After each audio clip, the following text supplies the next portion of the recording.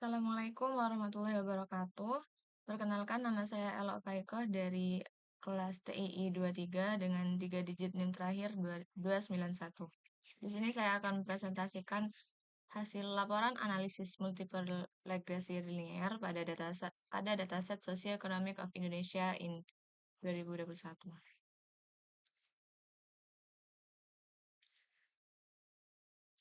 Pertama adalah latar belakang. Nah, di sini pemilihan dataset Socioeconomic of Indonesia in 2021 bertujuan memahami kondisi sosial dan ekonomi pasca pandemi COVID-19. Dataset ini mencakup variabel penting seperti pendapatan, pendidikan, kesehatan, dan pengeluaran per kapita. Pada studi kasus kali ini, digunakanlah metode MLR untuk menganalisis hubungan antara satu variabel terikat dengan beberapa variabel bebas atau variabel independen. Analisis yang dilakukan kali ini bertujuan untuk menguji keakuratan metode yang digunakan dalam memprediksi nilai pada dataset dengan menganalisis performa model melalui berbagai metrik evaluasi.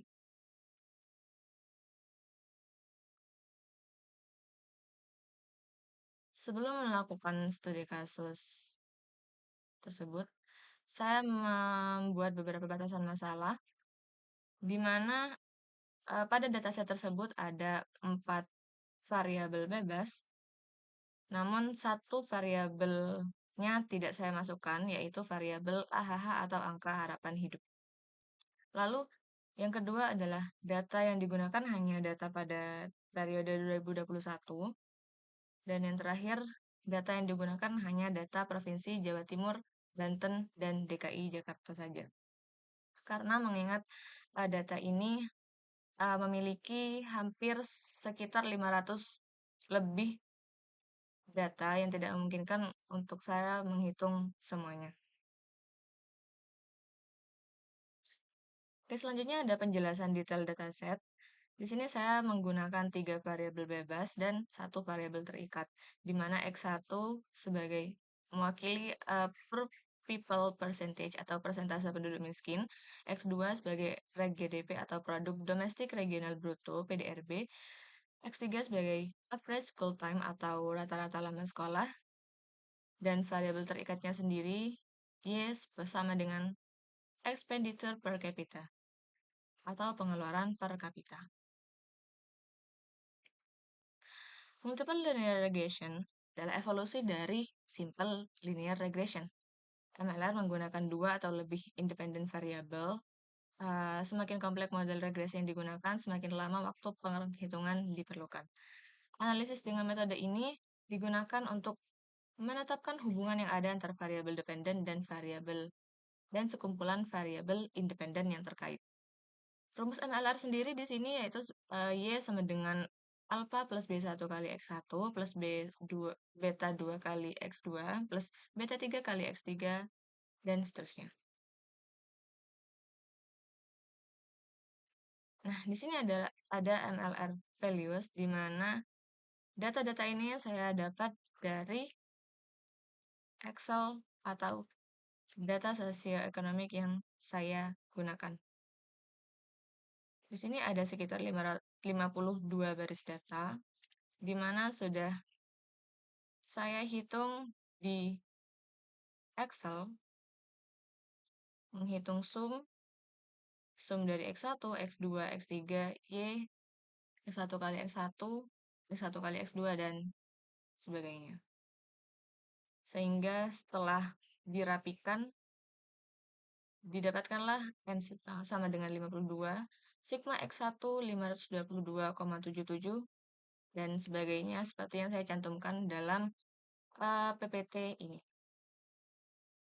Nah, dari nilai-nilai yang didapatkan ini, maka kita mendapatkan persamaan awal. 52 alpha plus 522,77 B1 plus 5725,B5,95 B2 plus 442,67 B3 sama dengan 64773 dan seterusnya. Nah, dari persamaan ini disusunlah matriks augmented. Di sini penyelesaian sistem persamaan linearnya saya menggunakan matriks inverse. Nah, setelah menyusun matriks augmented tersebut, di sini saya memanfaatkan penghitungan Excel menggunakan rumus MinFirst dan MMult. Setelah dihitung menggunakan MinFirst dan MMult, didapatkanlah hasil akhir setelah inverse dan MMult tadi, seperti yang dicantumkan di sini.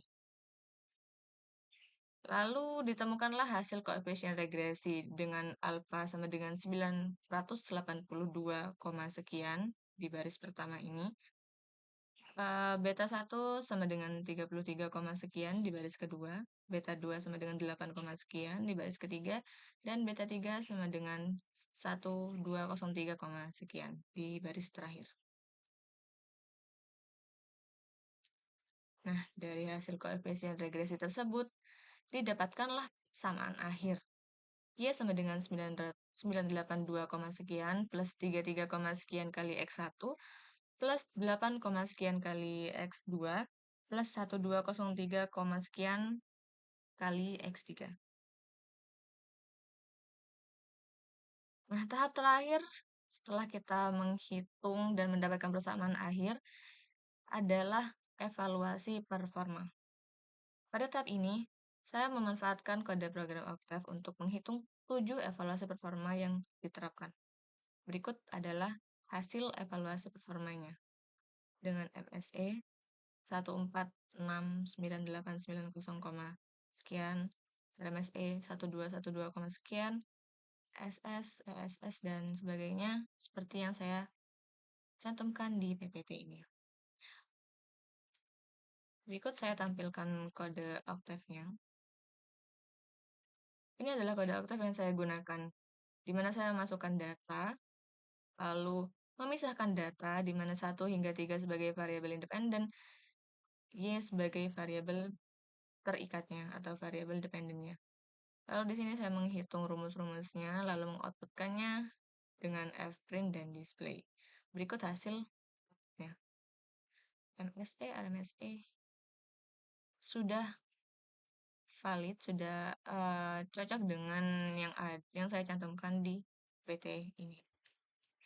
Dalam coding ini juga di sini saya menghitung koefisien regresi. Mungkin bisa kita cocokkan juga. A982. Nah, di sini sudah bisa dikatakan akurat.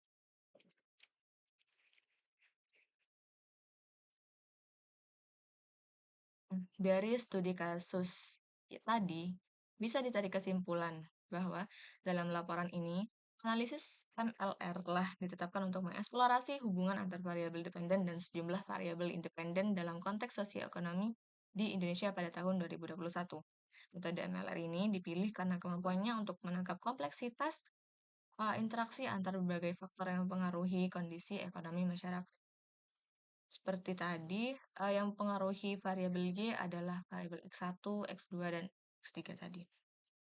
Analisis ini mengindikasi bahwa ketiga variabel bebas yang digunakan memainkan peran penting dalam mempengaruhi kondisi sosioekonomi masyarakat. Berikut adalah referensi yang saya gunakan. Di baris pertama adalah referensi data yang saya dapat, di mana data tersebut saya dapat dari Google. Lalu kedua dan hingga terakhir ini adalah referensi sumber bacaan yang saya jadikan acuan untuk studi kasus kali ini. Baik, mungkin sekian dari saya. Terima kasih. Kurang lebihnya mohon maaf. Wassalamualaikum warahmatullahi wabarakatuh.